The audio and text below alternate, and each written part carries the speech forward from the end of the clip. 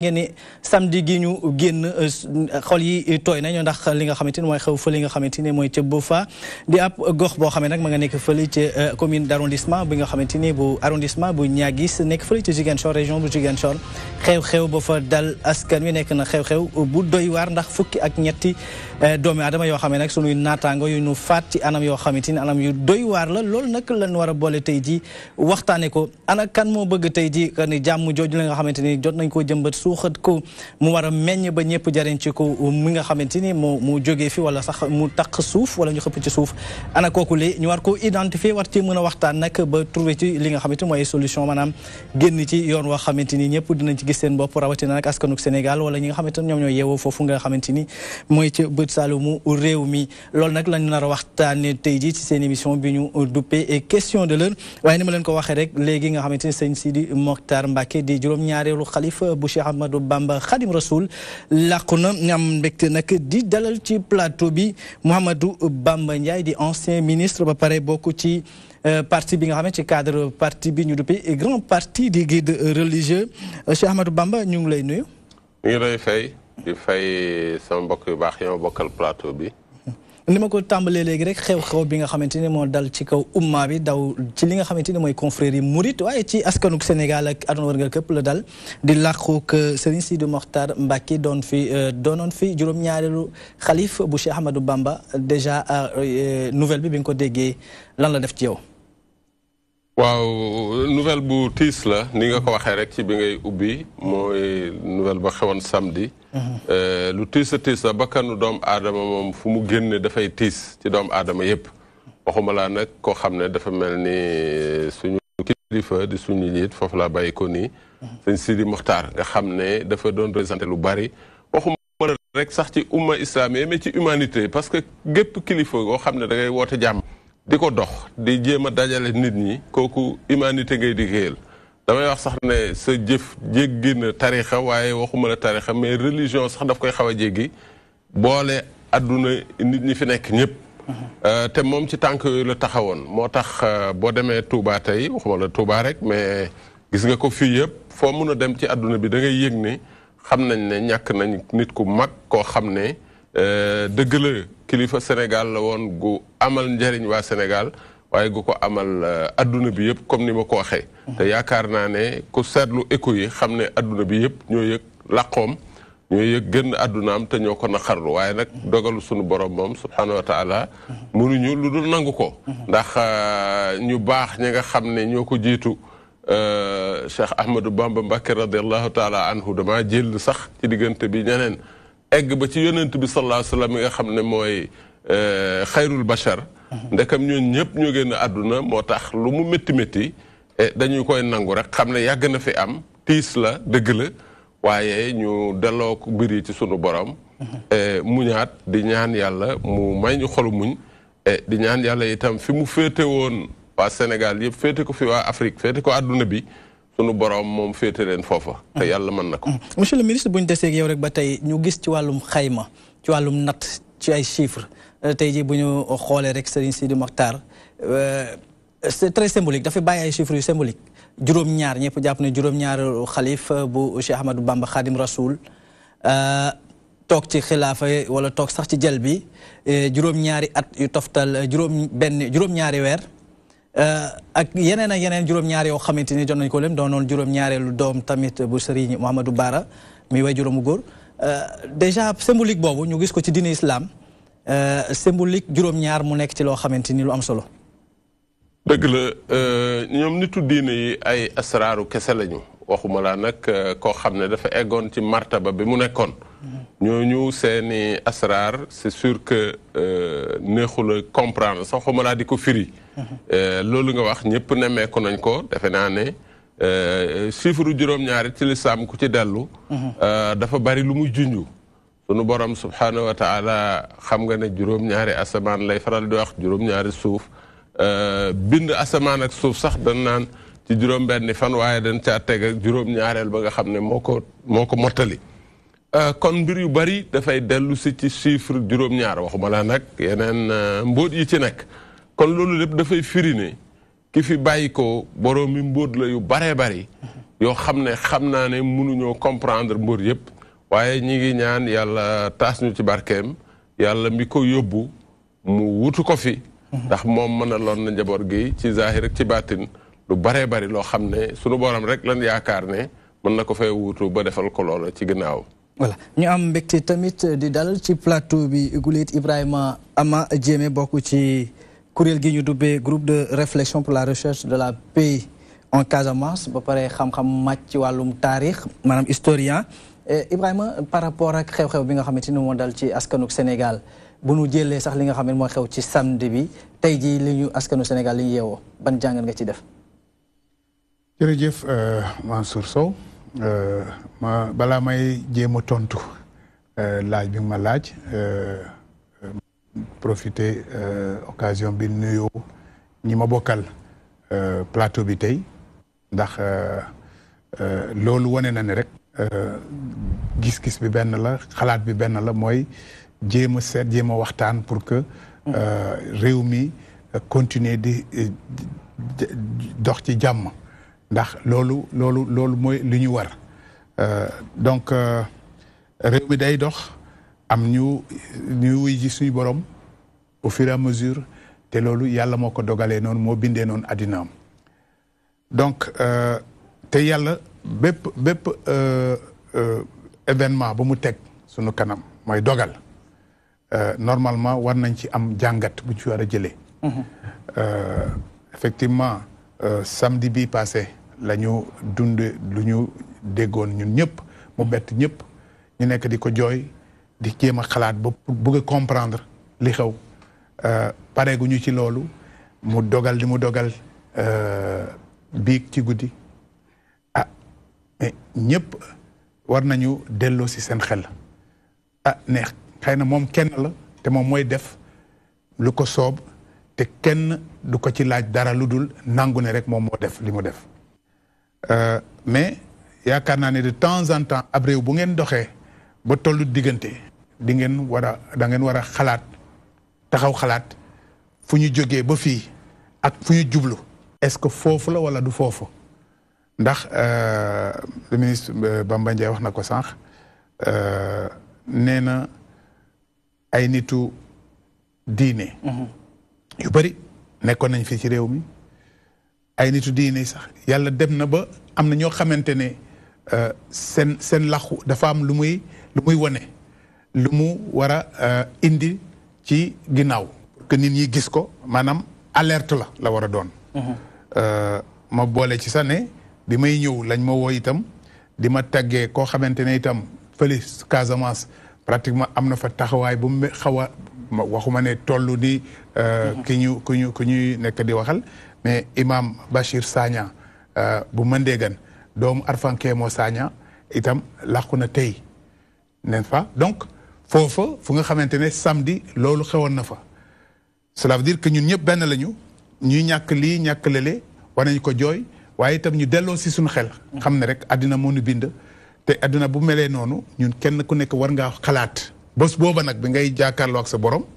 mais avant ça donc lan nga fi war a bàyyi li war a tax boo jàkkaarloo sa morom am yaakaar ñu am ci ñooñu dem ndax ñooñu dem nañu waaye suñu benn élément daan na wax boo amee tukki bi nga war a def bu ngay waajal tukki boobu war a dem ab réew boo xam ne musoo fa dem dëkk boo xam ne musoo fa dem waaye am yaakaar ne am nga sa nit ku baax dem fa am fa place bu baax mu wóor la de boo demee rek mu xejal la nga toog dal kooku de bu amee waroo jooy war ngaa sant yàlla te ñoo ñi dem ku mel ni xalifa bi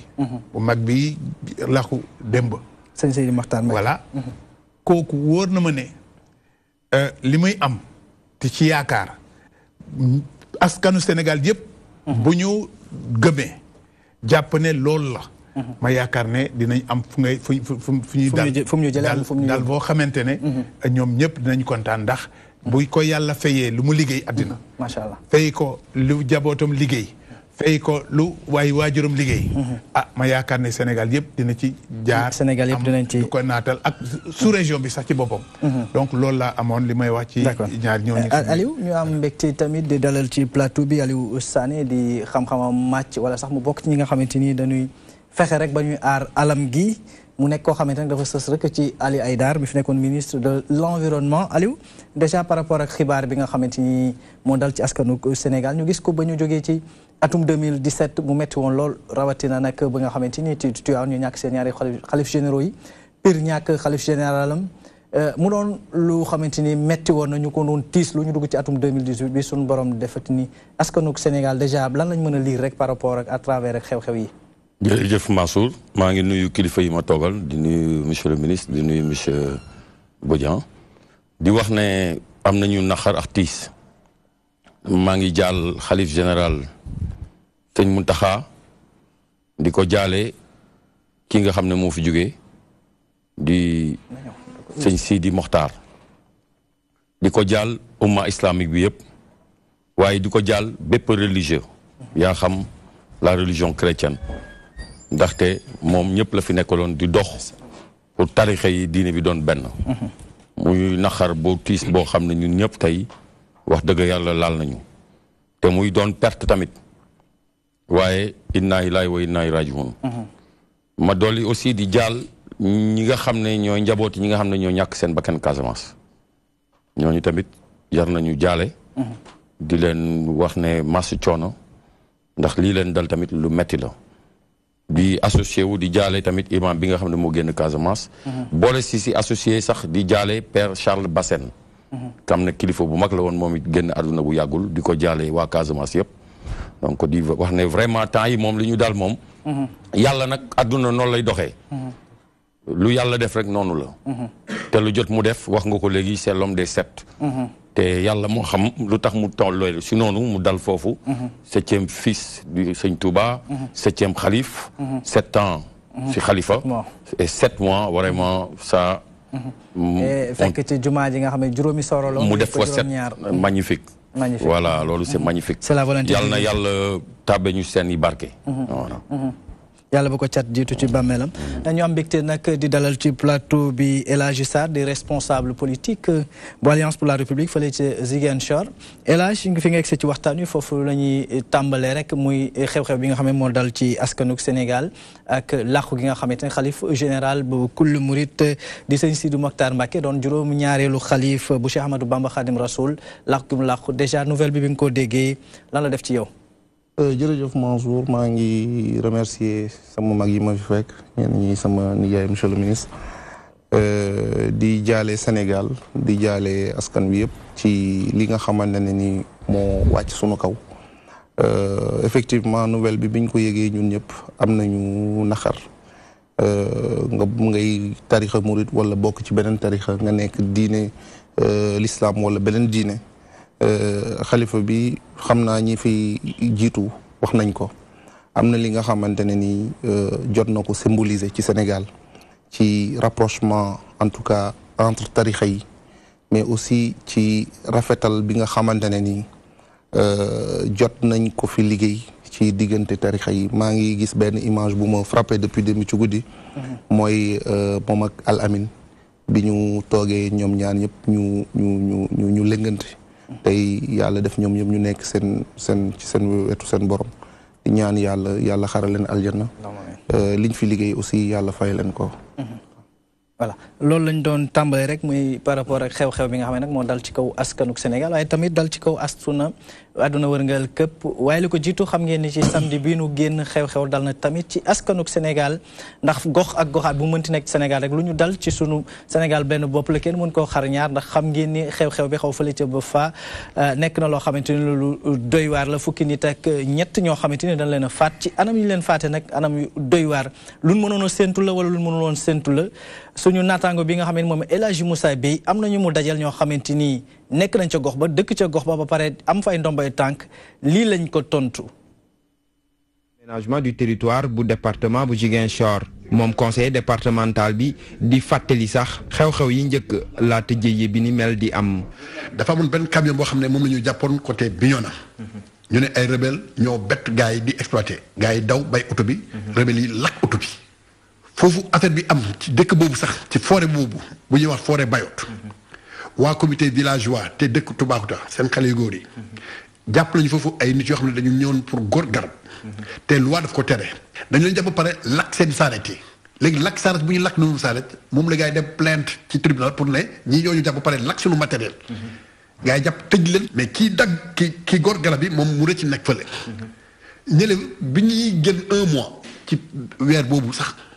lii am. bànqaas bi di MFDC nag fësal na ab ñàkk dugal loxoom ci jëye bi ni mel taxawaay bi ni mel nag wóolu na nguur gi ngir rek mu wéyalub l'enquêtam ba mën a jot ci ñi jëf lile di gis-gisu coordonnateur bu mouvement patriotique Casamance ci la bokk. war nañu gis ne ñoo xam ne ñoom ñoo ñëw di def ñaawteef si biir Casamance en tant que nguur dafa war a jóg taxaw ferme ut ñoo xam ne ñoom ñoo def li ñu jàpp leen indi leen ci kanam ñëpp teg leen ci kanam ñëpp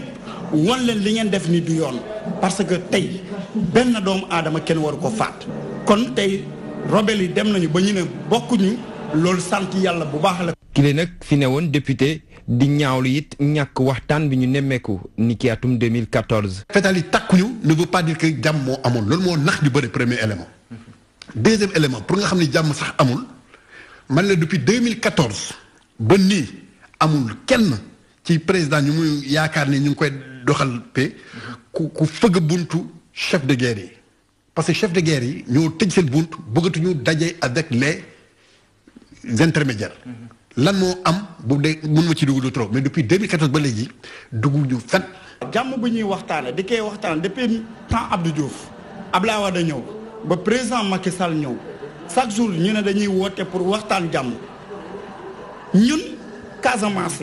lu ñuy wax kon il est temps maintenant pour affaire bi arrêter. ñoom doomu Casamance yi le sax rafetlu nañu deuil national bi nga xam ne nguur gi jël na ci ndogal ñuy firnde nag seen yaakaar ngir jàmm mën a dellusee ca Casamance. El Hadji Moussa Beye ñu lay jaajëfal monsieur le ministre teewlu nga élément bi ma jàpp ci ñaar rek muy ki nga xamante ni conseil municipal la foofu ba pare nekkoon fi honorable député mu ni mbir mi mënoon nañ koo séntu loo xamante ni lu doon loo xam ne lu jaas la c'était prévisible xew-xew bi nga xam ne am na fi du tekkaaralu armes yi moo tekki que ni jàmm am na fa. waaw dëgg la fa am ñi ngi ñaan yàlla mu gën a jëm kanam parce que accalmie la. mais souvent bu ko journaliste yi di qualifié dañ naan ni paix ni guerre. loolu danay am bu saa foo xam ne guerre am na fa yàgg surtout ni mu yàggee. Il est vrai que mënoo xëy rek benn jour mu jeex ça c'est tout à fait vrai il faut mu am un processus de paix bu xaw a étalé wu dans le temps mais effectivement processus boobu boo eggee ci période d'accalmie bu mel ni bii ñu nekkoon nga xam ne facteurs yi ko waral dafa bari facteurs yi aussi facteurs yu bari moo waral ñu nekk ci accalmie bii ñu nekk dañu ko war a étudier bu baax mais di ko surveiller de très près am na kenn ku ko wax je crois que loolu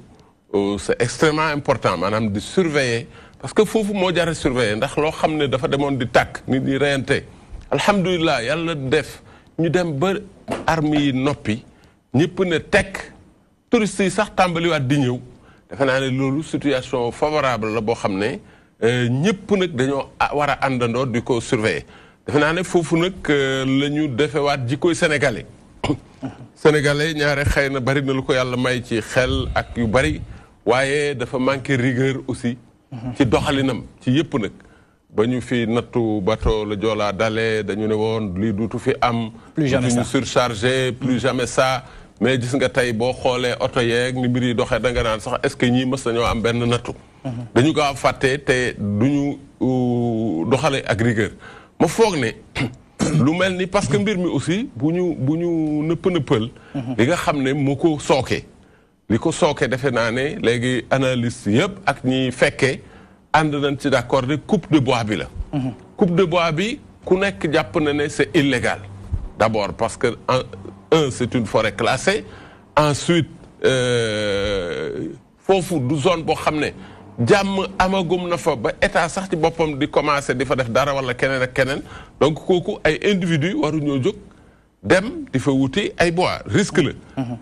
bettewul parce que am na yeneen version yoo xam ne ñu fa dëkkee wax nañ ko ne am na rek ci jamono yële passé ñoo xam ne dañ leen fa njëkk a jàpp. summi leen d'abord ba ñu set ñu fecc loo leen indi leen ñu ñibbisi. loolu alerte la. beneen ba ñu dagg seen nopp bàyyiwaat leen yooyu yëpp ba foog ne ay signaux la woon yu doyoon sëkk pour wane ne fii danger nga fa waxuma la budul sax ñooñu zone boobu c'est miné dafa am ay mine donc réseau yooyu yëpp waroon na tax ñu fexe ba kenn du fa dem. mais malheureusement. liggéey boobu kan moo ko waroon def. Ben, moi, je ramène tout à l'État. Il faut dire sincèrement que l'État moi gérer le pays tout entier. Même si les individus ont une responsabilité, c'est évident. Mais c'est l'État qui gère tout. Parce que nous coupé du bois, l'État, moi, nous sommes fonctionnaires ou État, c'est clair. Mais nous avons l'État parce que c'est l'État qui gère tout. L'État, moi, je dois veiller parce que l'État, moi, je suis nous ne pouvons pas faire boule jarfi qui beaucoup de permis de bois, beaucoup de coupé du fële. Lolu kenen amul ci réew mi sañ-sañ ku dul état. Donc compte tenu de ces prérogatives régaliennes motax l'état est le premier responsable dans cette affaire. Motax itam mom mo wara veiller te mom mo ëpp sax ñëpp intérêt parce que li ñuy wax lépp état koy saytu. Donc ba mu egsi fii moom ni mu xamee situation ba keneen ci ña fa dëkk sax duñu ko xamee noonu. Donc pour toutes ces raisons mo wara tax état mo wara gën a saytu situation ba fa nekk. fexe itam ba lu do am d'autant plus que moom lii am sax waru ko neex parce que d'abord coupe de bois yi baaxul ci sun àll bi ñun sun àll bi nga xam ne dañ ko war a sàmm di ko jariñoo nit ñi di ko couper de manière anarchique loolu ku nekk xam na la muy jural Sénégal donc raison yooyu yëpp waroon na indi état mu gën a ëpp rigueur ci surveillance bi ñuy def foofu ba nga xam ne jéye yu mel noonu du fa war a am Ibrahima Ama Diémé yow nga bokk ci ñi nga xamante ni dañu yàgg toog kuréel goo xamante ni di xeex di xalaat naka lañu mën a def rek ba jàmm ji dellusiwaat sax fële nga xamante ni mooy ca Casamance sa naataango bi di honorable député Ibrahima Abdou Sané jàpp na ni que ni mbir mi bettewul ndax yow affaire bi bett na la. man de wax dëgg yàlla. ginnaaw bu ma dellusee di jaal famille yi nga xamante ne ñoom la seen doom wadd des fële ci Boofa. jaal ko itam Sénégal entièrement dama bëggoon a wax ne rek man yëf yi bett na ma. ni mu amee. mais preuve que bett na ma c'est que jour bu muy am man démb laa jógee Casamance bi may jëkk woo pour inviter ma fii nee na la maa ngi Casamance wóoru ma ni dinaa fi ne donc jour bu muy am mooy samedi boobu ci heure bu ma koy dégg boobu maa ngi nekkoon réunion ak ay chef combattant kon nag d'abord lu mu wax ne depuis 2014 kenn amul contact ak ay chef combattant dama ne loolu vraiment genre discours boobu war na bokk ci li ñu war a moytu parce que ñun ñëpp fekk ne lenn rek la ñu bëgg mooy jàmm dellu si ma yaakaar ne rek loo xamul ne xaw ma loo xam nga wax ko man samedi boobu maa ngi woon réunion te wóor na ma ne bu doon seen réseau dem na ba fu mu war a egg wóor na ma ne ñooñu ma doon waxtaanal dina am au moins kenn ki ne effectivement ma nga fa woon te réunion bi bërëb sangam la amee dégg nga suñu réseau weesu na foofu. donc c'est pour dire que correspondant au niveau de c'est pour dire que donc man yëf yi bett na ma. bi ma ko déggee métti na ma ba fu méttit yem parce que dafa meloon ni maa ngi defar. mu am ko indi poignard. jàmm ci ginnaaw. mais ba pare ma daal di dellu si ressaisiwaat sama bopp ma ne il faut ma jéem a seet ba comprendre lan moo xew ba lii am parce que itam loo gis rek. jékki-jékki ni rek am même bu fekkente ne yàlla moo koy dogal dafay am sabab dégg nga donc ma jéem a seet xalaat laajte woote déplacé ba Ziguinchor yooyu yëpp def naa ko ba ma am ay information d'abord première information dama ne ñii ñu faat ñan lañu xam nga faat nañ ay nit da ngay laaj ñii faat ñan lañu ba li ma ragaloon loolu moo am ay exploitants forestiers là moom kenn mënu ko weddi c'est une vérité qui est là fan lañ leen faate ci àll boobu monsieur le ministre wax na ko forêt classée donc normalement forêt classée il est interdit de faire de l'exploitation là-dedans ñaar donc li ñu leen faate ay gànnaay arme yoo xamante ne normalement fii ci suñu réew am na ay nit yoo xamante ne ñoo ko war a yor mais it ñu xamee ne foofu zone boobu comme ni mu ko waxee zone boobu depuis pratiquement bu crise bi éclaté foofu moo jëkkoon a nekk zone pratiquement inaccessible en tout cas interdite d'accès parce que dem si yàlla Sidi Badji bu muy créer Macky bi zone boobu la nekkoon foofu la jëkkoon a nekk donc déjà ki xam di nga war a xam ne fii tant que fii jeexul war naa moytu dellu fa bañ nañ ko sax ba ñu fa dëkkoon mooy villageois yi la plupart dañu toxu donc yooyu yëpp bi ma ko xalaatee ma ne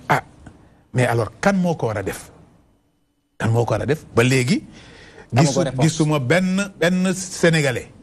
di war a taxaw ne man xam naa ki ko def diw la preuve c'est que bi mu amee ñëpp dañuy foogoon ne waa MFDC ñoo ko def mais gis nañu dans les jours qui ont suivi les heures qui ont suivi ay communiqué yu jógee ci MFDC. Et pourtant nit ñaa ngi interroger ci authenticité communiqué yooyu sax. Non mais en attendant comme xamaguñu mais ci lan la ñu basé wu parce que loolu itam bokk na ci danger yi yow bu ñu ne diw nee na lii la bu fekkente ne li mu wax baax na nga ne ooy moom moo ko wax su fekkee arrangé wu la nga ne non waxu ko dans tous les cas on a entendu des gens du MFDC au moins à travers les ondes ñiy wax ne ñoom ils ne se reconnaissent pas là-dedans là au moins seen baat la ñuy dégg léegi peut-être ñoom Abdoulaye Lenkine ñoom Ampuy Bodian donc et puis léegi finalement xanaa ngeen laaj seen naataango yi waa journalistes yi est-ce que effectivement ñooñu la ñu fekk ñu wax loolu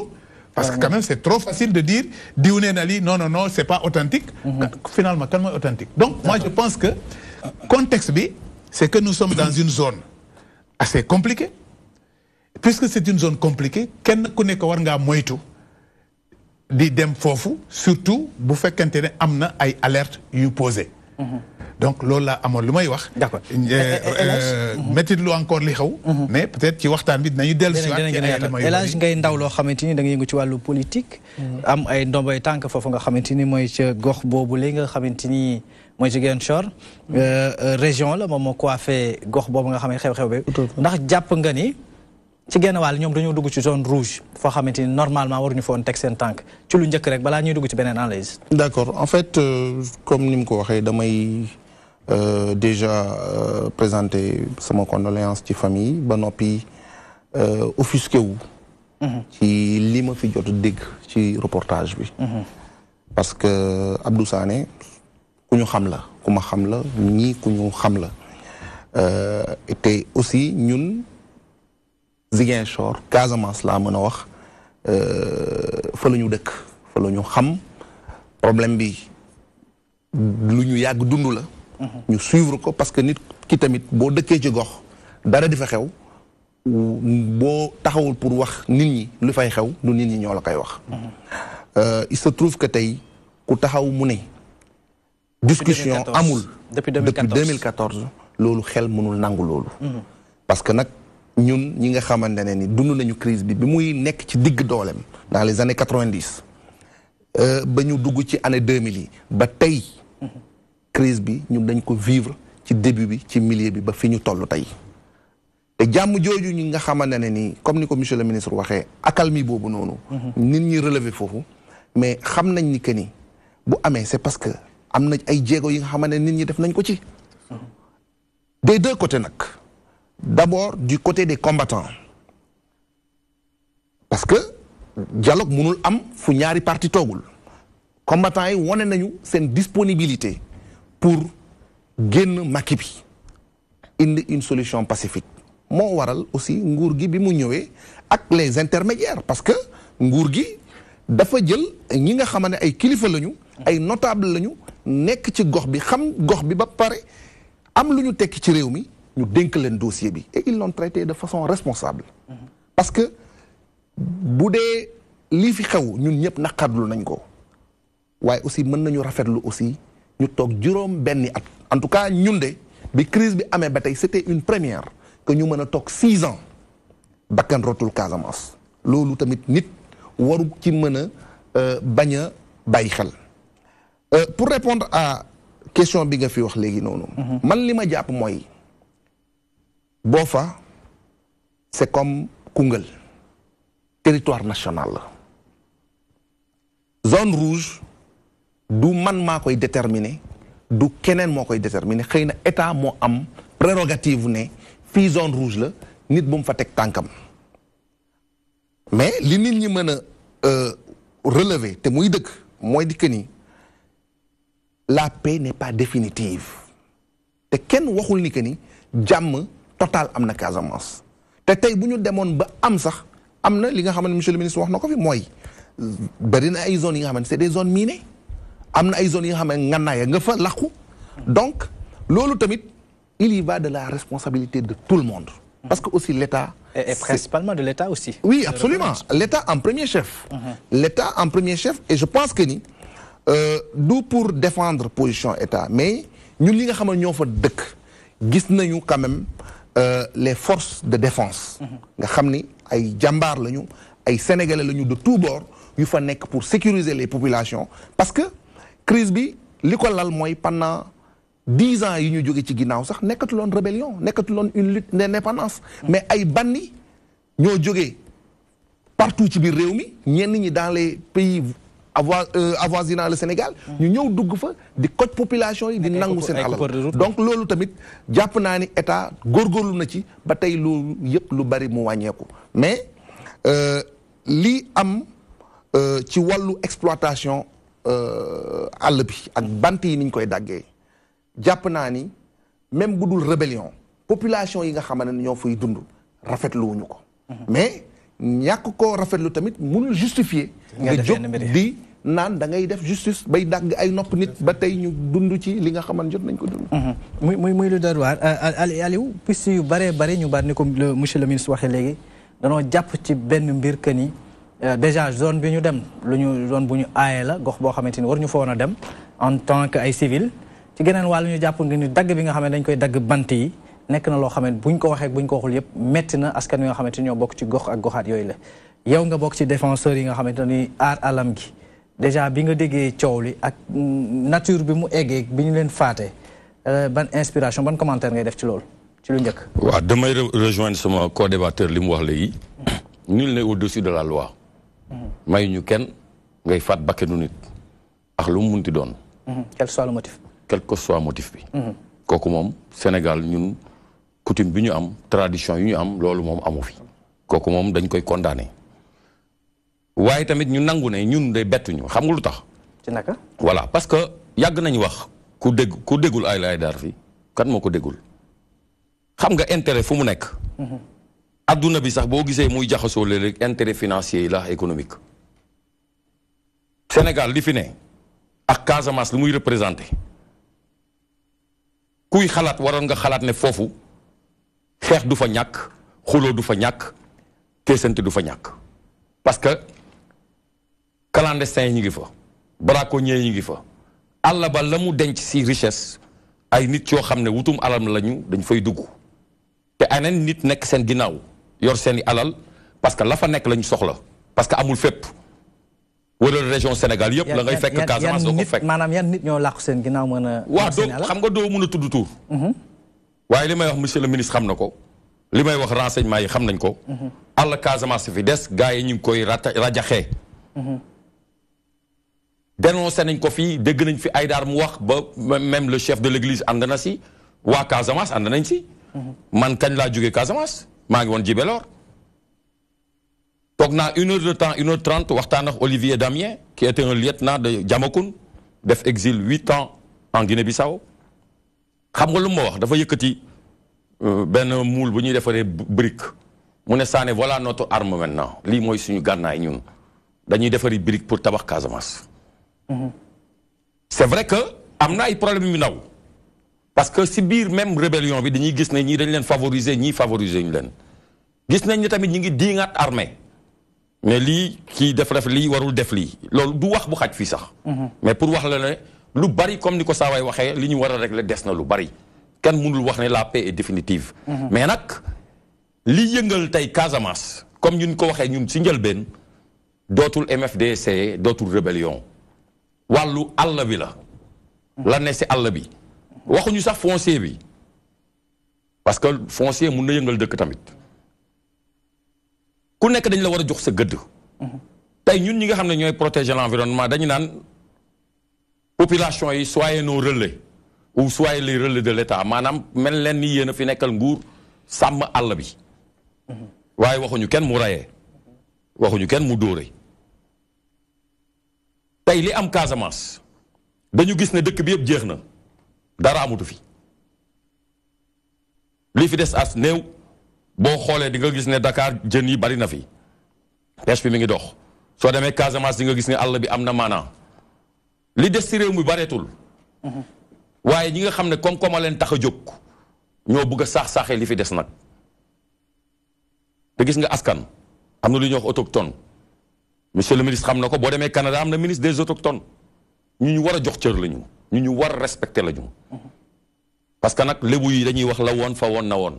maanaam ñi nga xamante ni dañ fa fekk baax. waaw da nga leen war a jox seen gëdd nag. wute naa ñi fa baax fekk. am na ñoo xam ne ñëwal lébu yi dañ na la woon fa woon na woon am na loo xam ne boo bëggee def ko ñu rayante. ci geneen wàll rek balaa may jox kàddu gi monsieur le ministre da nga wax par exemple def allusion ci li nga xam ne mooy coupe de bois mais dafa am beneen problème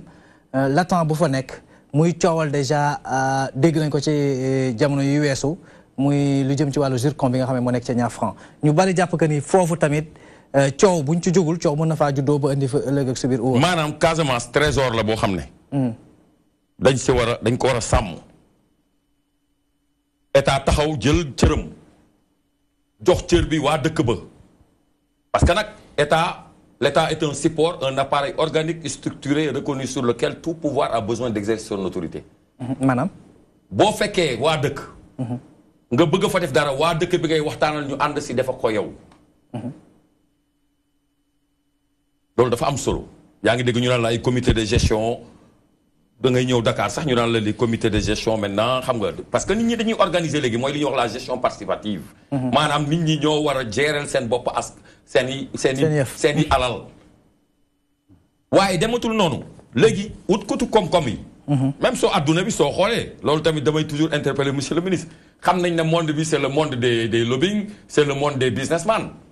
tey ñoom ñooy dicter les conditions yi nga xam ne moom la ñuy teg suñu tànk waaye nag fierté bi ñu war a am mooy ne am na sax lu fi nekk as tuut boobu dañ ko war a sàmm am na ñoo xam ne jaral na leen seen bakken waaye li nga xam ne mun nañ ko wax mooy yamul rek si ne bu leen dagg ñun yamul si ne bu leen dagg ku xam Casamance xam ne ñun écologistes yi yamuñu si ne bu leen dagg ñun dañuy saxal tamit dañu naan kaale ñu saxal gis nga dañu def si mangrove yi formation yi ñu def foofu keroog bi mu fa jógee visite naa pépinière yi fa nekk ku ne xam na ne ay daar sax léegi moom mun naa ne moom nañ ko bàyyil waa Casamance rek kooku moom joolaa la léegi fa la bokk waaw fa la bokk moom kenn maanaam daal xam nga nit ful la weesuwul ku la bëgg nga fonk ko nit ki la bëgg da nga ko war a fonk loolu mooy ful la muy am solo Sénégal ñëpp fu lañ bokk di wax ne rek nañu fexe xam ne Casamance trésor la bu fi nekk pour Sénégal te trésor fu mu nekk xeex du fa gëj xuloo du fa gëj waaye état am na nu muy taxawee jël ay responsabilités am saa waay wax na ko sànq wax na arme yi circuler biir Casamance fan la jógee la grande question voilà il faut ñu laaj ko parce que tamit ñi faat ñooñu ay arme la ñu yor du ma ne rebelle lañu du ma wax loolu waaye dama ne arme yi ñu ngi fa kooku c'est la responsabilité de l'État fexe ba nga xam ne booy négocier paix tamit ku yor arme nga récupérer ko d'accord c'est la responsabilité de l'État toujours responsabilité da lay rejoindre ci genn wàll monsieur le ministre mbir mi ñu bari jàppe que ni xalu ndeef la maanaam mën naa gëmm rek mais du fay te ñu dégg lépp rek converger comme ni nga ko waxee sànq ci wàllum exploitation li xamante ni moom mooy bois bi exploitation illicite la sax ndax bu tegu woon ci yoon kenn du ci am looy wax ñu gis ci son excellence de président Macky Sall jël ci décision yu am solo ndax dem nañ ba criminaliser li nga xamante ni moom mooy jëfandikoo dagg bant moo xamante ni ndax loolu dadul mesure boo xam ne c'est assez dissuasive ne serait-ce que même pour permettre que ni ñooñu ñu mën a bàyyi ci genn wàll. Si la mesure en soi, elle est très bonne, je crois que mieux pour wane importance ou gestion des ressources parce que ça ne wax na collègues yi ressources yëpp moo am solo. xam nga pétrole génnagul xaat ñu ngi tàmbali coow di ci xuloo ko xeex naka noonu leneen zircon la même chose ressource ci boppam moo amal solo doomu aadama ak fu mu mën a nekk guerre yi ci adduna bi yëpp moo xam guerre ba nekkoon Soudan la wala feneen ak feneen boo seetloo à la base da nga fa fekk problème de ressource alors donc moo tax ressource gestion wu ressource nekk une question régalienne également qui revient à l'État du rek suñ réew noonu lay doxee d'ailleurs du rek man ma dëkk ci gox bi pétrole feeñ na fi ñun ñoo moom pétrole bi déedéet État da ciy teg loo xam ne écoutez yéen a fi dëkk certes waaye pétrole bi Sénégal yëpp ko moom yéen a fi dëkk waaye lii Sénégal yëpp ko moom moo tax foofu ñu def ko forêt classée xam ne du ku mu neex parce que junj nañ ko léegi Sénégal presque tout le reste est devenu un désert li fi des que néew mooy Casamance ñu tudde ko sax la verte Casamance verdure boobu nag bu ñu ci veillewul effectivement mën na disparaître kon jël mesure boo xam ne dafay gën a réprimer exploitation de bois je crois que c'est une excellente chose mais mieux parce que wax nañ ko léegi xam nga le problème mooy les lois mën nga koo jëlee drogue loi Latif Gueye réprimer na mais léegi quel est le problème dañu ne ñi ñuy réprimer souvent ay victimes la ñu ñoom ci seen bopp man gëm naa ne aussi ñi la ñu rey ay victimes la ñu boo demee ay 5000 ay 15000 wala peut-être même moyen lan leen fay ñuy daggale ay ponkal yoo xam ne ñoo ngi xaalis bu du jeex kenn laqatu fenn. est-ce que ponkal yooyu monsieur le ministre ponkal yooyu du moment que ni état am na au niveau de que ça soit des services de renseignement wala yeneen am na niveau d'information bu mu am citoyen lambda bi amu ko ponkal yooyu nga xam ne ñoom ñoo boof ci ñooñu peut-être di leen jëfandikoo ci genn wàll su ma mënee waxee noonu état mënul am information peut-être ba mën a dénicher ñooñu. mais très bien si man moo tax ma foog ne enquête bi ñuy wax xam nga souvent bu ñu nee enquête rek. nit ñi focaliser wu ci ñiy rey nit ñi c'est vrai que kenn amul droit rey suñ pays sax bañ nañ ko ba ñun ba dañ fay abolir peine de mort donc même état sax amatul droit léegi rey nit ku rey sax état sañatu la atte rey la waxuma laa nitu neen warut a atte sax bay rey parce que atte itam ci réew dañ ko organiser y a un pouvoir judiciaire y a un pouvoir législatif y a un pouvoir exécutif donc tout est organisé nous sommes dans un état organisé donc ku nekk am na loo war a def mais moo tax ma yaakaar ne état moo mën a def loolu waaye aussi bu ñu fàtte piste yi parce que bu ñu ne ñi rey nit ñi métti na trop li leen dal c'est vrai mais aussi nañu seet ne ña leen yebal aussi ay criminels lañ ñooñu de commanditaire dama yaakaar ne enquête bi war na leen rechercher ba jàpp leen teg leen ay daan yoo xam ni ëllëg duutu am commanditaire parce que man gëm naa ne ñooñu ñu rey dafa am ñu leen yebal bu leen kenn nekkutoon ci gannaaw da leen fayub xaalis demal utali ma lii ñu yaakaar ne xaalis boobu mën nañ ci dajale 100 000 francs wala nangam ak nangam defe ko lii duutuñu ko def donc commanditaire yooyu effectivement état mën na leen a rechercher bon rechercher nag rechercher mën ngaa gis mën ngaa bañ a gis mais il revient à l'état de devoir de les rechercher te état rek a commande d'ailleurs moyens yi leen di mën a jàpp boo leen jàppoon comme ay ponkal lañu pour nga sanctionner leen état rek moo am doole mën leen a sanctionner moo tax ma yaakaar ne enquête yi ñu war a def buñ ko jëmale rek ci benn côté certes war nañu seet ñi def jëf ju ñaaw jooju parce que ñëpp ànd nañ ci dara warta justifier ngay rey doomu aadama kenn amu ci droit donc ña def loola warees na leen a seet xam ne ñan la ñu punir leen convenablement mais ña toog yebal daal parce que ñooñu dañu yàq liggéeyu processus de paix bi sax parce que dafa mel ni ay nit a ngi tabax fële monsieur Diémé wax na ko léegi yow yaa ngi toog di tabax ay nit toog fële ñëw pour seen intérêt bopp personnel ñu jabal ay nit di saboter le processus parce que bu ñu defutoon tey jëf ji ñu def jéem a couper ji le bois mën nañoo am ne dara du xew kon processus bi day continuer normalement ñuy discuter dara mais léegi lii ñu def tax na ba mu indi problème bi nga xam ne mën na am ay répercussions même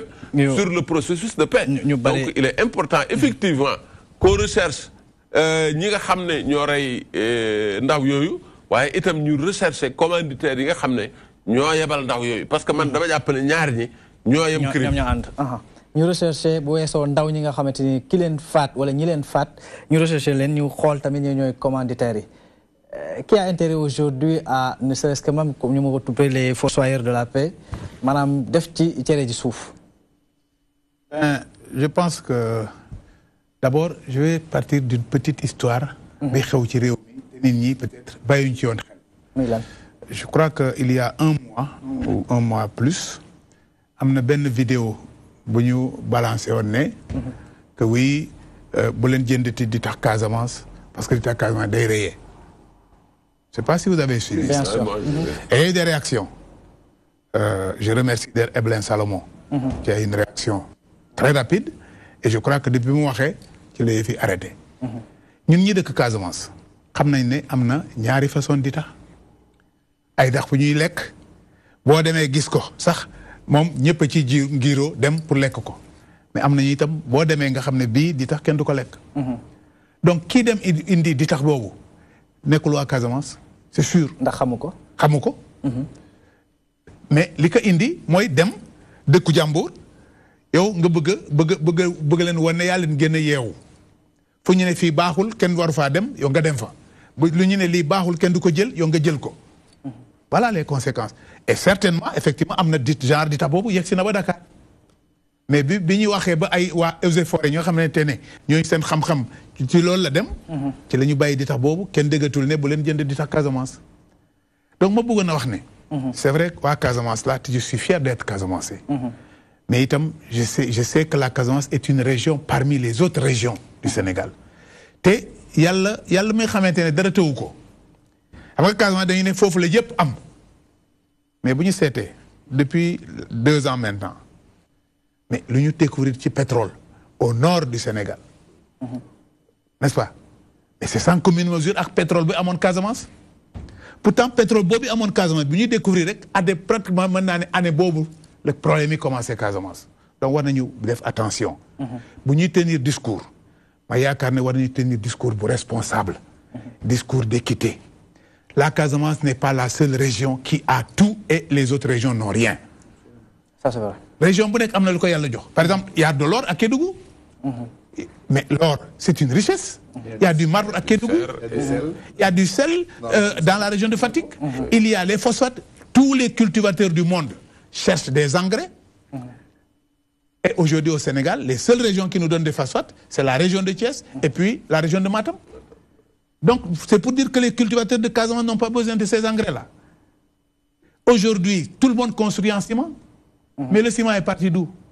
Même en Casamance, dans les villages les plus reculés. Les gens tentent maintenant de construire en ciment parce que ça dure plus. Est-ce que vous avez dit? Donc, si c'est né que amna situation bu am dans une région, moi crise bobu bi mu commencé. Li ñu wara soxal ñun ñëpp fexé am taxaway am doxalin bi wara tax ba li yëpp normalement mu calmé wu. Parce que c'est ça l'intérêt de tout le monde. La preuve, c'est que bu ñu année yu Sarr rappelé fii amoon na jamono boo xamante ne à partir de 5 heures kenn du génn këram. 17 heures kenn dootul génn kër sa kër. te loolu est-ce que loolu intérêt la ci nit ñi.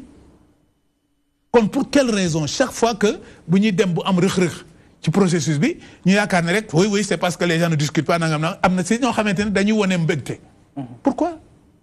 est-ce que ñooñu bëgg nañu Casamance.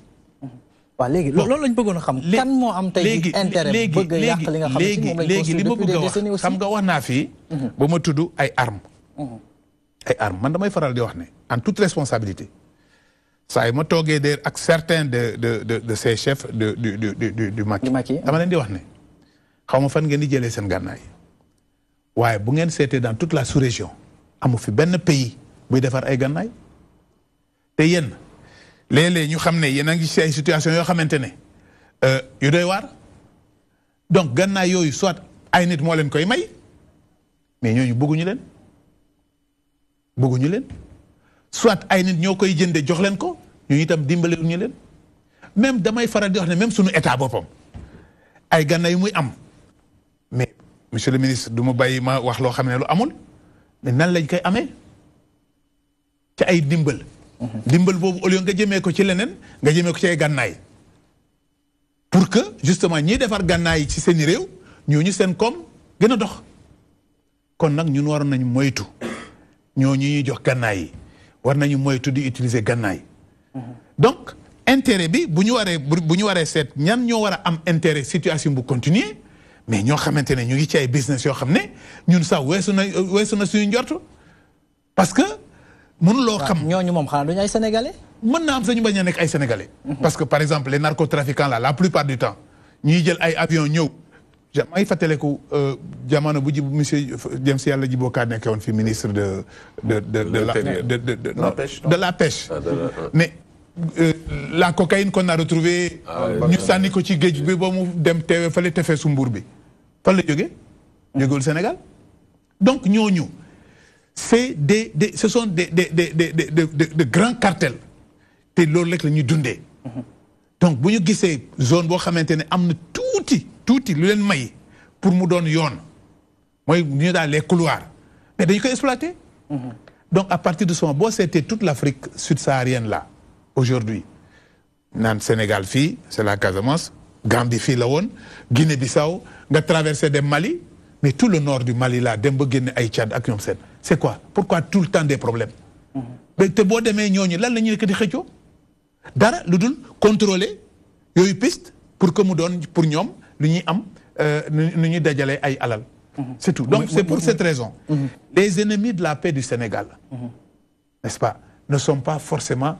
que des Sénégalais. Moi je le dis haut et fort, ne sont pas seulement que des Sénégalais. Il y a des gens ñoo xamante ne seen intérêt mooy d'abord situation bi continuer pour ñu naan ñëw. dëkk bu ndaw bi ñu naan ñoom dëkk bu rëy la démocratie la ñu am nangam. loolu yëpp war nañ ci bàyyi xel moo tey ma yaakaar ne politiciens yëpp waroon nañu d'accord ne au moins situation bii bu ñu ko réglé woon mu doon intérêt ñëpp te ma yaakaar ne ce serait le plus grand chantier que le septennat du président Macky Sall. ku fi mënti toog tamit ci loolu lañ lay bàyyi élargi un peu crise boo xamee ça a traversé presque 3 régimes ba muy commencé ñun juddooguñu ñu ñëw fekk ko fi muy mel ni que ni lu ci nit ñi defoon rek tey ji dafa mel ni am ñuy gas am ñuy suul ci genn wàll liggéey bi nga xamante ni ko monsieur le ministre waxee taxawaayu état ci genn wàll njiitu réew mi son excellence le président Macky Sall bi mu fi toogee ba léegi nit ñi déggoon nañ fi Foundiougne 1 Foundiougne 2 Foundiougne 3 taxawaay bi nga xamante ni état bu Sénégal war na cee taxaw rawatina njiitu réew mi nga xamante ni tey jii jël na à travers des politiques désenclavement Casamance wax nañ ci leneen ak leneen boo xamante ni ñu ci bay waar loolu dafa mel ni dafa nuroo ko toq ndox soo sànni ci biir géej wala kopp boo xam ne da nga ko tànk ci biir géej. Non du ma wax loolu parce que pour man li doyen bi wax sànq lu am solo la maanaam ñun ñi nga xamante ne ni dund nañu crise bi mënuñu def amalgame c'est vrai que nag bi yi fi amee samedi ba tey bëri na ay amalgame yu bari am na aussi ñi nga xamante ne ni pour répondre juste ci question bi nga wax sànq mooy ñan ñooy fossoyeuru paix bi am na ñi nga xamante ne nañ ko wax tamit te dee situation bi daf leen arrangé maanaam nit ñi continuer di xeex comme ça bu xeex amul attekat du am te attekat boobu noonu xëy na peut-être ci atte bi mu doon dem di atte ji daf ci amoon kontam bu toogee at xeex amatul du soxla muy dem di atte souvent dama doon dégg Abbé Diamakhoune muy wax lu am solo bi may am ay 9 ans 10 ans dama doon ànd ak sam papa ñu dem di ko seeti foofu séminaire mu naan ñu il n'y aura jamais de paix sans la vérité problème Casamance Mansour bokk na ci li ma yàgg naqadlu bi may nekk fii bi may nekk étudiant bitim réew ba bi may nekk tey di liggéey ak état mooy dama jàpp ni Casamance mënul nekk gox ci biir Sénégal mu nekk crise bi nga xamante ne mi ngi ñuy gangréné comme ni nga koy waxee depuis ñu ci bari balaa ñuy juddu te néew na ay sénégalais yu la mën a wax lu ko sooke maanaam lu ko lal bariwul mooy vérité boobu noonu Abbé Diamakhoune doon wax maanaam il faut que nit ñi ñu xam lan moo tax benn parti ci seen réew jàmm amu fa ci benn diir wala am na ay difficulté ba ay nit jóg ñu ne bés ni ki tey dañu bëgg a moom suñu bopp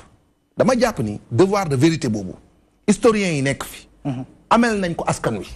c'est très important parce que dañ naan bu nit ñi di fàtte li causé seen malheur day tax ëllëg ñu répété ko boo gisee tey lii am ñu bëri tëb ni paix bi c'est remis en cause ñun duñu wax loolu ñun duñ ko wax ñun on fait total discernement entre processus de paix bi ñu enclenché ak li fi xew keroog li fi xew keroog man ni ma koy jàngatee mooy c'est deux groupes yi nga xam ne ñoo bokk intérêt mais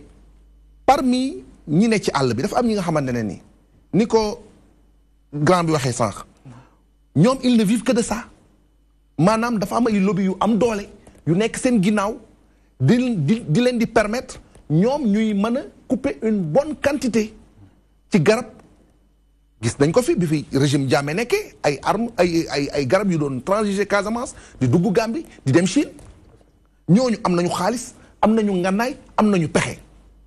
bu dee tey benn pël sama mbokk pël bi nga xamante ne mi ngi dëkk Kanjalan mooy jóg pédale vélom ñëw garab yi ma soxla dagg mu koy dagg mais su ma ko fekkee dama ko fay boom loolu man dama jàpp ni mënul bokk ak processus de paix parce que li taxoon nit ñi jógoon ba MFDC am c'est autre chose du woon ay question économique parce que tamit ñun xam nañ lu ko laloon lu simple la woon c'était une question de considération ab nit moo ñëwoon fekk benn xeet benn ethnie boog xaw leen discriminer mu am manque de dialogue mu am ay gendarme yu ñu fa faat ñi faat ñooñu balaa ñuy faat gendarme yooyu dafa fekk ni seeni waajur ñu faat leen ñooñu dem fayu ci ñaari gendarme ñooñu rayoon gendarme yi daw laqu ci àll bi voilà les premiers rebelles de l'histoire du Sénégal mais ñooñu daw dem nekkoon ci àll bi ba mag loolu muy dem di dem bay law ba mu am rébellion nekk ci àll bi mosu leen gënal ba tax na bi ñu gisee une négociation bi nga xamante ne ni yenu na maanaa dañu nangu toog parmi ñi nga xamante ñu ngi woon ci àll bi doon xeex Casamance diggante 2012 ak tey am na ñu ci bari ñu ngi fii Ndakaaru Njaay gi ñu ngi leen di réinsérer ñooñu bokkuñu dara ak li nga xamante ne ni tey mooy ay histoire de question guerre économique bi nga xamante ne moom la ñu relever ci Casamance processus bi dama jàpp ni ñun Sénégal yépp dañu war a am dimension patriotique bi nga xamante ne kenn amul intérêt muy seetaan muy yàqu du opposition du parti au pouvoir parce que président Macky Sall mu neex ko mu naqadi ko daf fiy jóge dañu war a góorgóorlu tamit ba ku koy wuutu bu ñëwee mu hérité d'un dossier bi nga xamante ne donte Macky réglé wu ci lépp dina ci am ay avancées def na ci ay jéego mu consolider ko muy jàmm réew mi muy jàmm réew mi xam naa ne loolu tamit la njiitu réew mi son excellence le président Macky Sall bëgg ba tax garde des Sceaux ministre de la justice Ismaïla Madior Fall jàpp na ni dankub kurbañ nag gëmmal ko ci ñëpp ñoo xamante ni dañu wéy di defee loolu nga xamante ni dafa safaanook li nga xamante moom la askanu Sénégal bëgg te mu jëm ci wàllu dagg gi nga xamante dañ koy dagg garab yi nag te anam yoo xamante ni jaarul yoon kaddu yi nag mi ngi ko fësal démb bi mu doon dajeek nag ñëpp ñoo xamante ni dañuy waxtaane ci naka luñ mën a def rek ba avocat yi di teewee ñi nga xamante ni ñoom ñooy clients yi buñ la jàppee balaa ñu lay mën a yóbbu fenn sax sa nga mën a am li nga xamante mooy sa avocat mu àddul la ay na Mamadou Diop nag moo taataan ay kàddoom dañ koy teewlu del soit ci plateau bi non justice moom ci wàllu trafic de bois boobu dina lëkkaloo liggéey ak service yi nga xamante ni yëpp dañu impliqué wu ci loolu service yooyu nag comme ni ngeen ko xamee mooy armée mooy ministère de l'intérieur donc à travers la police service des eaux et forêts à travers le ministère de l'environnement donc ministère de la justice dina lëkkaloog ñoom ñu évaluer situation politique pénale bi en matière de trafic de bois à Ziguinchor saytu ko xool ko li ma mun a engagement bi ma mun a jël rek mooy ministère de la justice notamment les tribunaux dinañu def ba nga xamante ni képp ku def trafic de bois parce que dañ ko tere léegi Sénégal foofu ci zone bi sauf dans des cas où on l'a réglementé dinañ la traquer dinañ la réprimer selon le code pénal et le code forestier. Aïda Mamadou Diop ñu lay jaajëfal moom nag moo taataan kàddu yooyu nga xamante ni nag garde des Sceaux ministre de la justice di Ismaïla Madior Fall moom moo ko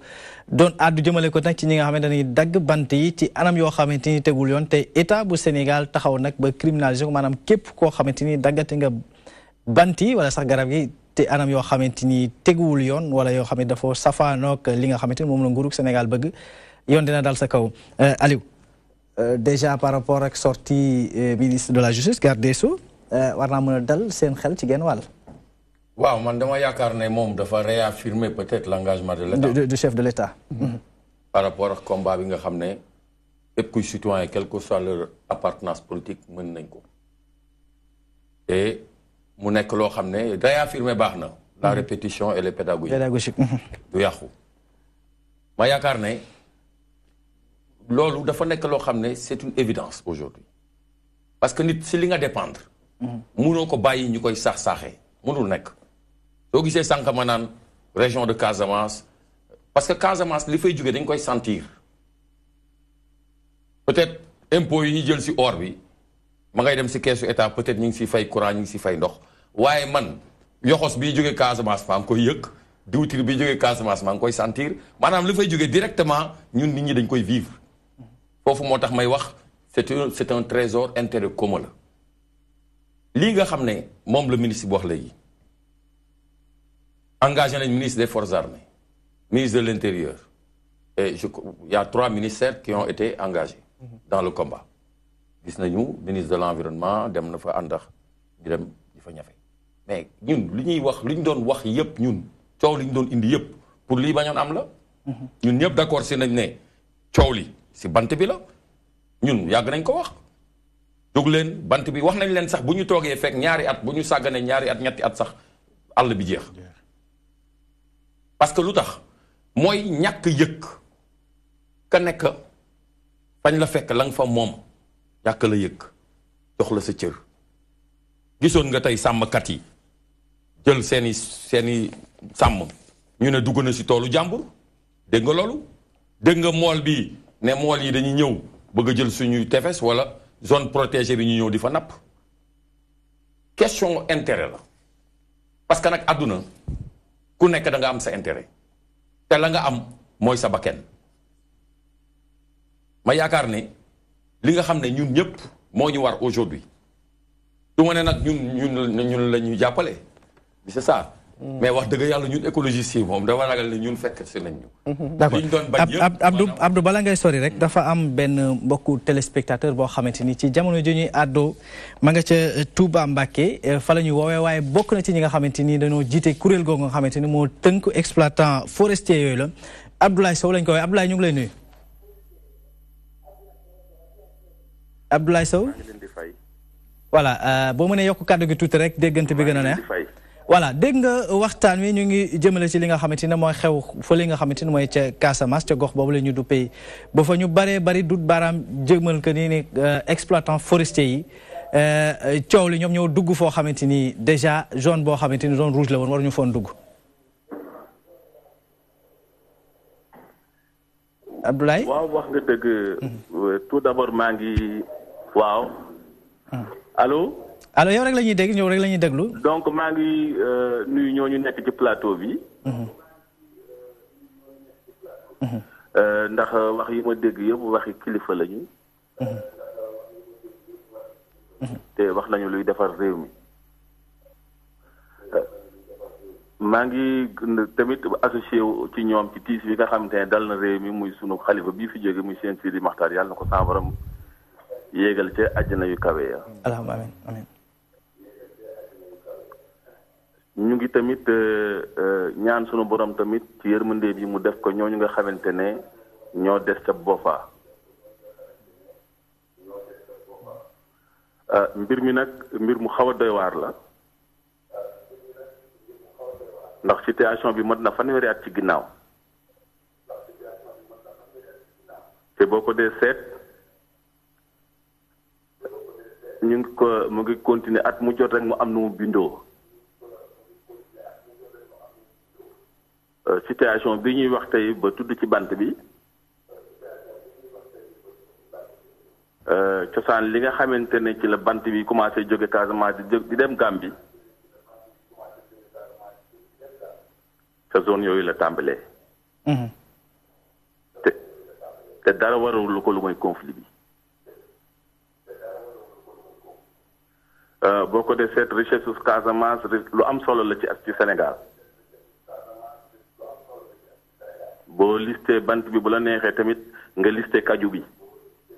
Ablaye boo mënoon a dégloo rek sa téléphone nga bàyyi télé bi ngay dégloo dina déggante bi dina gën a neex da ngay wàññi télé bi tuuti rek. kon yàlla dafa def rek ne boo xoolaatee kaju bi gis ne kaju bi ci boppam alal la ju bari joo xamante ne mu ngi jógee Casamance waaye jóge gi muy jógee Casamance jaarul ci anam yi nga xamante ne ku dëkk Casamance di nga ci war a mën a jariñoo anam ba nga xamante ne ci la gën a selle loolu boo ko xoolee ci transport bi boo ko xoolee ci transformation bi te lu dara waral lu ko lu mooy ay wi boo ñëwaatee encore ci li nga xamante ne mooy géej gi li fay génne loolu lépp ay wi bari na ci lu mu ci gàllankoor àll bi li ñu wax ne dafa li fa yàqu bari na loolu dëgg la ñu koy wax ñëpp wax nañ dëgg ndax boo ko dee xool nit ñi ci seen wàllu bopp teg boobu nga xamante ne ñu ngi koy tudd teg boobu 1933 lañ ko indi ci Sénégal. teg bi di ab bant jëmbat ko ci àll boobu te fii mu nekk ñu bari ñu ngi ko teg bët. kon bu trafiquants yi ñëwee ak nationalité bu ñu mën a am ak fu ñu mën a dégg fu ñu mën a jóge nga xamante ne gain rek moo leen tax a jóg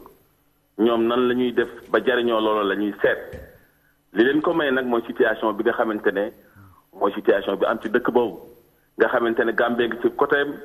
Guinée Bissau nga ci côtéem lu waaye jële ci réew moom bu la neexee jéggi frontière def loolu neex def li nga bëgg a def loolu nag dama defe ne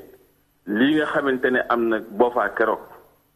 warul nekk solution appel bi nga xamante ne président de la république def na ko. pour demander nit ñi ñu waxtaan pour jéem a seet nan la ñuy indee jàmm ci 30 ans de guerre bi. Ablaye bala ñuy jeexale yow rek ci lu gàtt ñu bari dañoo duut baaraam wax que ni lii est-ce que mënul nekk ci genn wàll analyse la nag ñu ñenn ñi di joxe que ni règlement de compte maanaam ci ñi nga xam ne ay exploitants forestiers lañ ñi nga xam ne dañuy yëngu ci wàllu bant bi yow nga bokk ci ñoom est-ce que tey jii d'accord nga ci thèse bu mel noonu. da ngay xool rek ndax civil am na ay Kalachnikov yu muy reyee mboroomu civilam kon loolu wax la yoo xamante ne rek ay lay la li am solo mooy am na ay nit yoo xamante ne seen njariñal bopp moo tax ñu dugg ci forêt classée bi gis nga waxuma sax forêt classée mais dama wax li forêt Casamance bi yëpp ëpp na fukki at ak juróom-ñaar dañoo interdire ku fa dugg exploité fa kenn amul droit dugg di fa exploité gis nga bant ba may jógee ak nu mu mën a tudd rek fraude la état du Sénégal joxul kenn benn du permis du autorisation pour nga dugg ci àllu Casamance àllu surtout àllu région Ziguinchor mën fa génne dara léegi nag ñi nga xamante ne ñu ngi def naka sadul noonu léeg-léeg armée bi jàpp bu ñu jàppee bant yooyu dinañ ko génne wala eaux et forêt jàpp bu ñu jàppee bant yooyu dinañ ko génne léegi dinañ def nag vente par adjudication loolu ñu jàpp ñu jël ko jaay ko jox ko ñi nga xamante ne soxla nañ ko série clandestin yi nga xamante ne nekk na foofu ñuy wax série boo ko dee xool presque benn table la rek bu 1 mètre carré boo xamante ne mën naa xotti lu ne loolu la ñuy tuddee série la fa nekk ëpp na 2000 kon nag loola bu nit ñi duggee ba dugg foo xamante ne waroo faa dugg dama wax ne responsabilité bi c'est partagé kenn ku ci nekk xam nga ne yow mi koy def yaa ngi jaay sa bakkan organisation bi ma jiite liggéeyuñu Casamance ndax jàpp nañ ne kenn du dem sa bopp di wanteer sa bopp te foo xamante ne ay miir fa nekk boo fa duggee mën nga faa daanu ca milieu dee fa bant jaru ko kon ñun joxuñu kenn ndigal mu dugg foo xamante ne waru faa dugg parce que boo génnee sax bant bi délinquant ngay doon parce que doo am autorisation boo ko circulé bant boo fa génnee rek c'est illégal léegi nag enquête baa ngi jóg nañ bàyyi enquête bi def liggéeyam ñu xam ñan ñooy commanditaires yi ñan ñoo ko def ak ñan ñoo rey ak bant bu génnee foofu fan lay dem waaye man jàpp naa li ci ëpp mu ngi jaar ci frontière bi di dugg ci biir frontière bi ñu koy yóbbu ay Guanzu wala bu dee kaju bi la ñu di ko yóbbu ay Guinée Bissau du jaar bien que état bi au passage dragué na li ñuy wax fleuve Gambie pour permettre bateau bi mën a ñëw foofu ak conteneurs yi ci biir Ziguinchor loolu lu baax la waaye nañ ko continuer ndax bateau yi mën a dugg ba Ziguinchor di jël suñu kaju bi di ko yóbbu bant nag yooyu nga xamante ne moom la ñuy yàqee àll bi dama wax ne bu ci ñëpp jàppee muy combattant muy ñuy wut jàmm yàlla mun naa def jàmm mën a dellu foofu ci Casamance mën naa def richesse su Casamance tamit ñu teg ko ci yoon parce que Casamance itam dañoo war a jariñu encore ci seen richesse. ci lañ fa la fay meññee Abdoulaye ñu lay jaajëfal ñuy fàttali que ni moo jiite kuréel gi nga xamante ni moom mooy exploitant forestier maanaam ñi nga xam ne nag ñoom ñooy yëngu ci wàllum lépp loo xamante ni meññeef la waaye tamit luy jóge ci àll bi mu doon àddu nag ci jamono ji mu nga fële nga xamante ni mooy ci Touba Mbacké ci xew-xew bi nga xam ne nag moom moo dal ci askanu Sénégal Abdou yaa ngi doon wax léegi ñu bàyyi la nga wéyal un peu par rapport ak déjà déglu nga kàddu ñu bari ñu doon dut baaraam naan exploitant forestier yi la peut-être dugg nañ ci zone boo xamante ni war ñu foon dem mais dafa xam lu am solo lu ma dégg mbir mu ni bant bi état joxul kenn tey ji li nga xam ne mooy permis bu ñu mën a daggee bant di ko génnee te pourtant terewul dañuy gis bant rawatina boobu bois boobu mu tudd sànq dañ koy gis muy samba muy wër ci biir dëkk bi fu muy jóge ci genn wàll est-ce que amul tamit laxisme wax na ko léegi am na lu mu laal nee na la bu ñu jàppee bant bi après dañ ko génnaat jox ko ñu ko soxla xam nga mooy li ma la wax rek fu intérêt nekk pexe du fa jugee pexe yi moom ñàkku fi ci soxla bant fu bant mun na nekk dina ko fa génne ji wax ji loolu la ba sax bu état verrouillé lépp même eaux et forêt dañ leen di dañ leen di joxoñ baaraam eaux et forêt sax dañ leen di joxoñ baaraam ñu ne la déedéet bu ma jàppee bàyyi ma wala ñu def nii lu nekk am na si biir. du ñëpp jub nag. nul n'est parfait. duma la ne ñëpp jub. mais sama gaa ñi toog waa Casamance yi ñoo la gën a xam lu xew Casamance peut-être nag dañu bëggul wax lépp. xam nga wax lépp nag. doo ko wax mais ba pare ba rajo monsieur le ministre dama la bëgg a ñii jéemee ak saar bi. monsieur Diema dama gis bi ngay wax dama gis bi ngay wax. ci genn wàll ma gis ko muy reetaan ci suuf. non xam na li waxee monsieur Diema un peu par rapport ak loolu am na ñu fi dut baaraam am na ni ñàkkul ci genn wàll am na complicité boo xam ne am na ci biir. en fait ay complicité man defe naa ne. nekkuloo ci secret boobu. wax ko ak bañ koo wax duñu permettre ñu avancer. parce que wax nañ ko fii. mbirum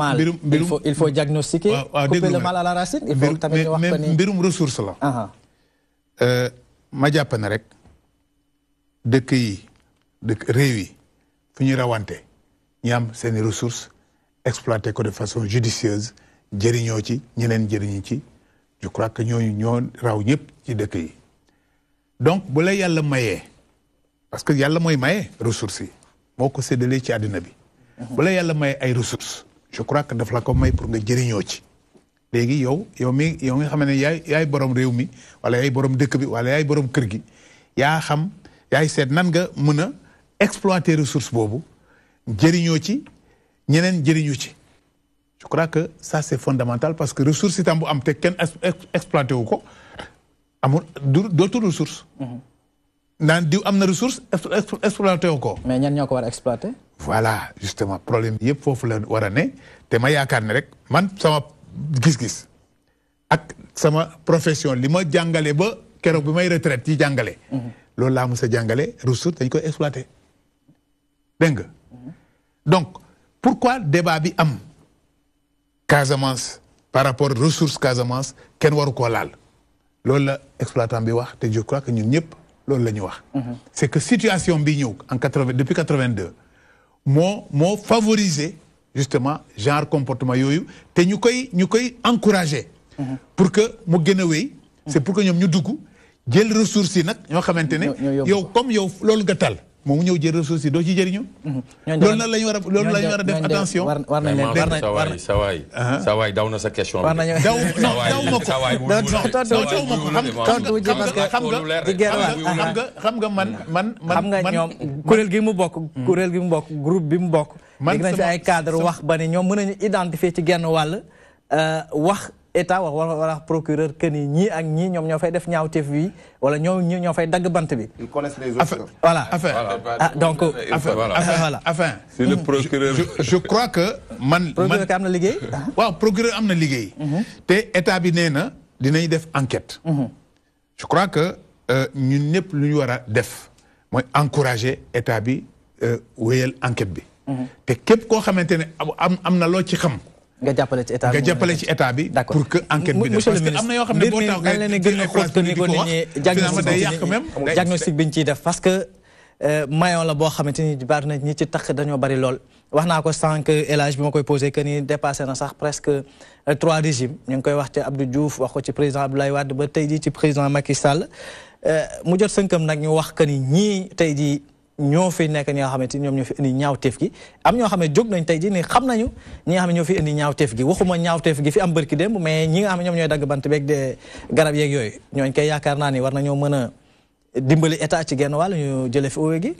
waaw man loolu laa yaakaar dama yaakaar ne problème mu Casamance wax naa ko feneen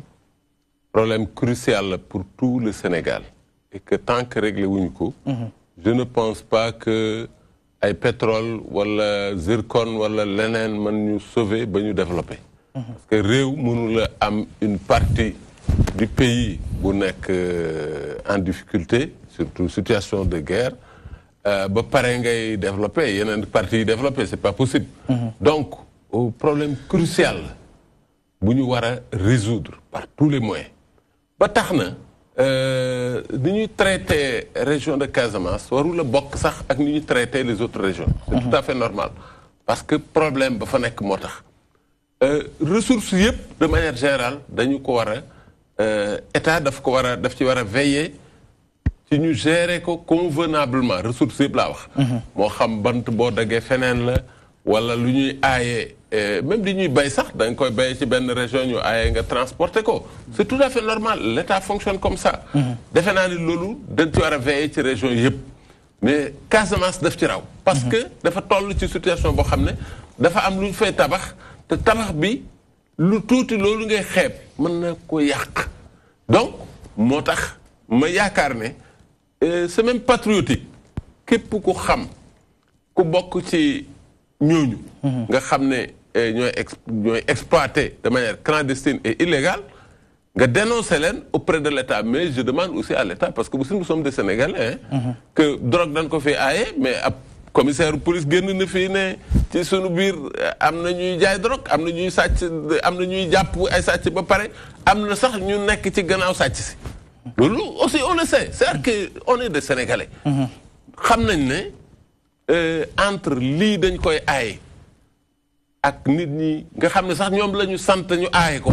ñu respecter loola il y a une différence je crois que foofu la question bi nañ approfondir moo tax ma ne enquête yi bu ñu ko jubale benn côté rek on va fausser le problème nañu ko na large xam nga il y a un communiqué du MFDC bu xaw a sax impliqué ay autorités administratives yu fa nekk c'est vrai d'accord ma ñu tuubaal kenn mais parce que ñoom li ñu def ñoom it dafa amoon ca tàmbali ba ñu bëgg ne waa MFDC la ñoom ñu dindi seen tuuma ne nan seet beneen côté buñ tuumaal kenn mais dama ne na enquête yi jëm de tous les côtés bu mu bàyyi kenn képp ku ñu jàpp nag ne et que ñu def ko de manière rigoureuse man encore j'insiste sur la rigueur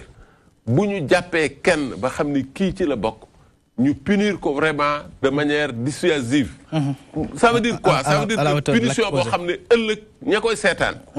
dootuñu tenter lu mel noonu parce que mën na gàllankoor le processus dina nekk leçon ci ñoom li ñu dese ci waxtu dafa bareetul matul 8 minutes un peu par rapport ak El Hadj yow nga bokk ci gox boobu bàyyi ko ci gox boobu ñu bari jàpp ni peut-être que ni ko Aliou waxee léegi que ni ñi ci biir ñi fa dëkk ñu wax ko ñu bañ koo wax xam nañu bu baax a baax ñi nga xamante ni souvent jógewuñu tey ji ngir jaamu jooju sax tàkk ndax déjà intérêt yi nga xamante ni bu jaamu jooju amee seen intérêt yooyu dañ koy menacer ci genn wàll ñu dégg ci déroulement enquête bi ñuy dégg ay nit ñu wax ni que ni tey jii bu leen procureur woowoon tey jii war nañoo mën a wax que ni kii ak kii diw ak diw ñoom bokk nañ ci takk nañ ci waxuñu ñi rey nit ñi waaye ñi nga xamante ni ñoom jàppale ñiy dagg bant yi ci genn wàll. D'accord première question bi lay répondre mooy que ni dama jàpp ni comme ni ko monsieur le ministre waxee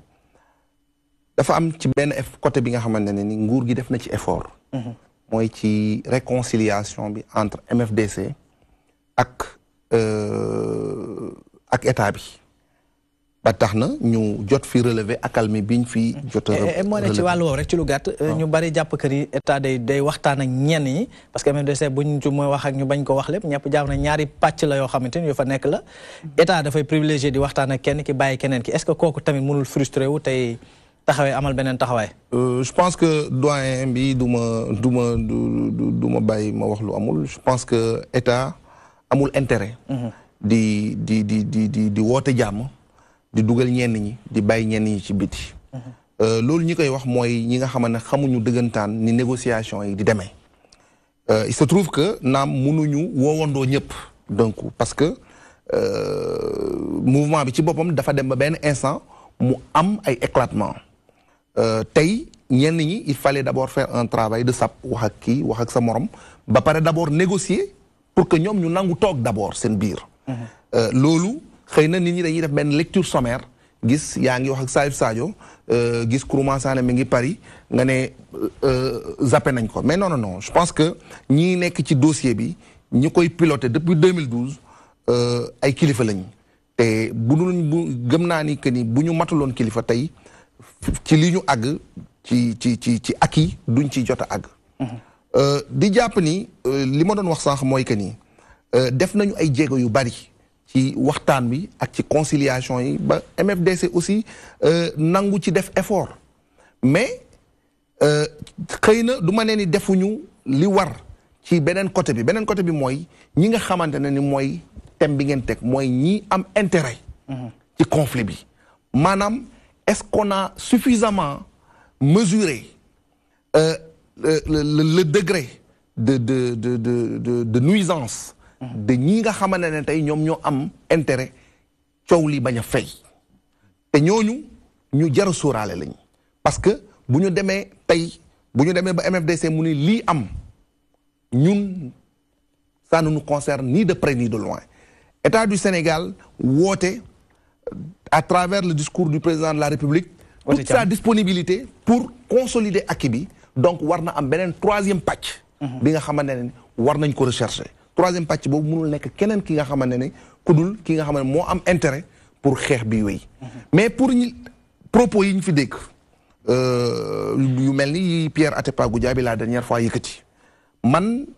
bokk naa ci ñi nga xamante ne bi ñu ko déggee dem naa tout de suite sur internet pour ni Atepa va falloir qu'à un moment donné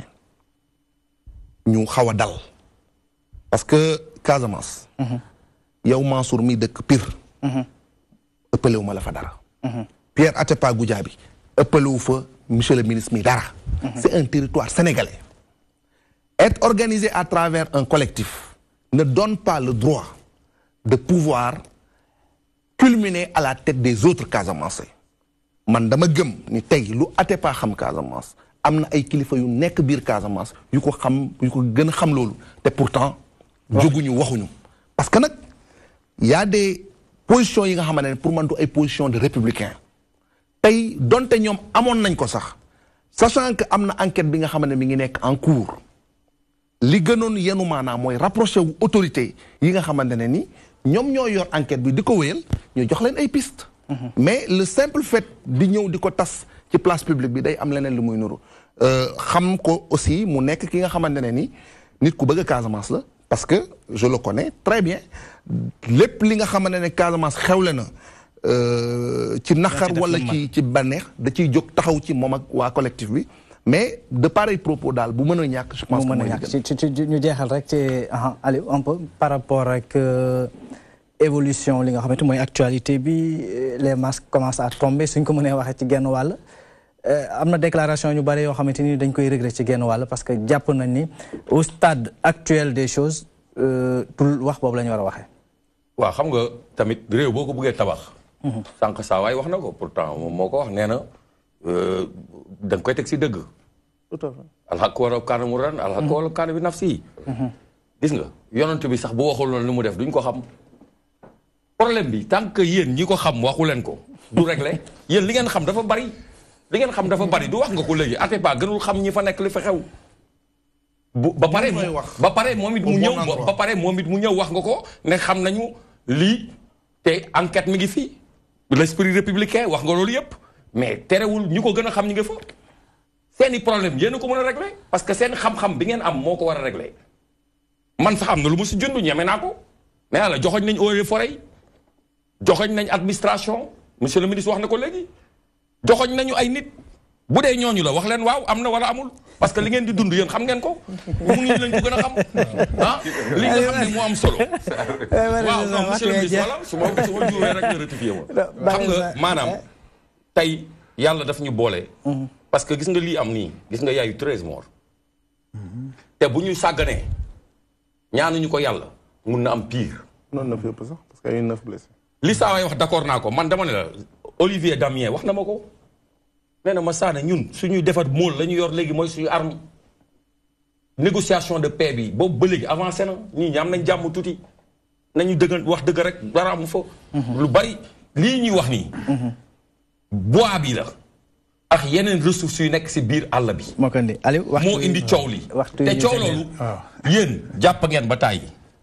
soufflé ngeen ba tàyyi dax ngeen ba tàyyi yéen xam ngeen ñan la waxtu boo jeex waxtu yi dañ débordé sax Aliou dañ débordé sax comme léegi dañ débordé sax allez-y ci lu gàtt comme léegi waxtu bi bëgg a jeex man li ma bëgg a wax rek moo di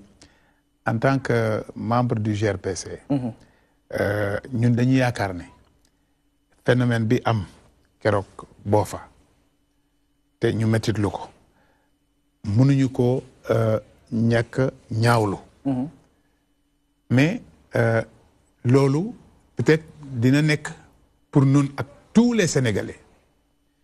motif supplémentaire pour que ñu xam ne d'abord benn du am benn effet en tout cas ci processus bi parce que processus bi dina continuer c'est important loolu yaakaar nañ ko te am nañ ci ay preuves yu leer deuxième chose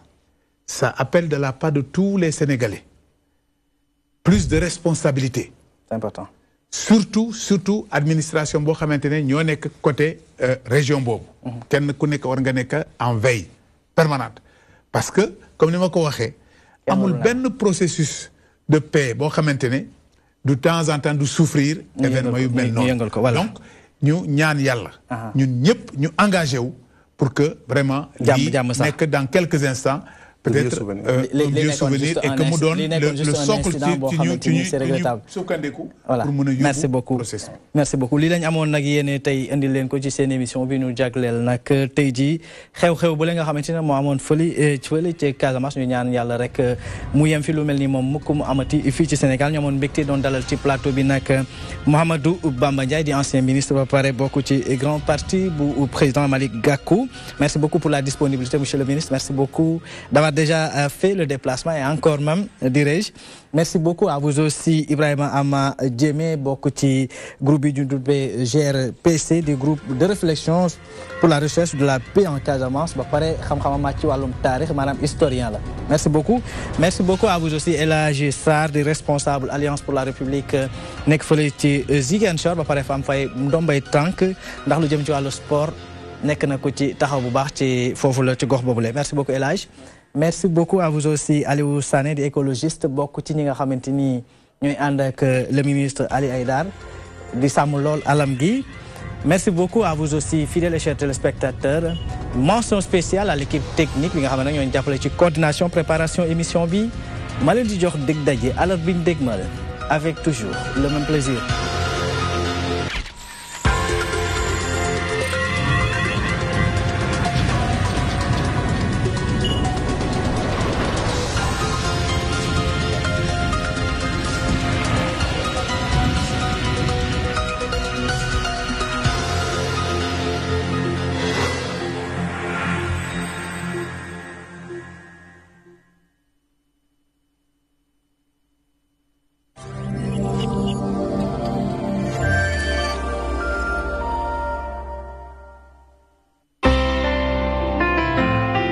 بسم الله الرحمن الرحيم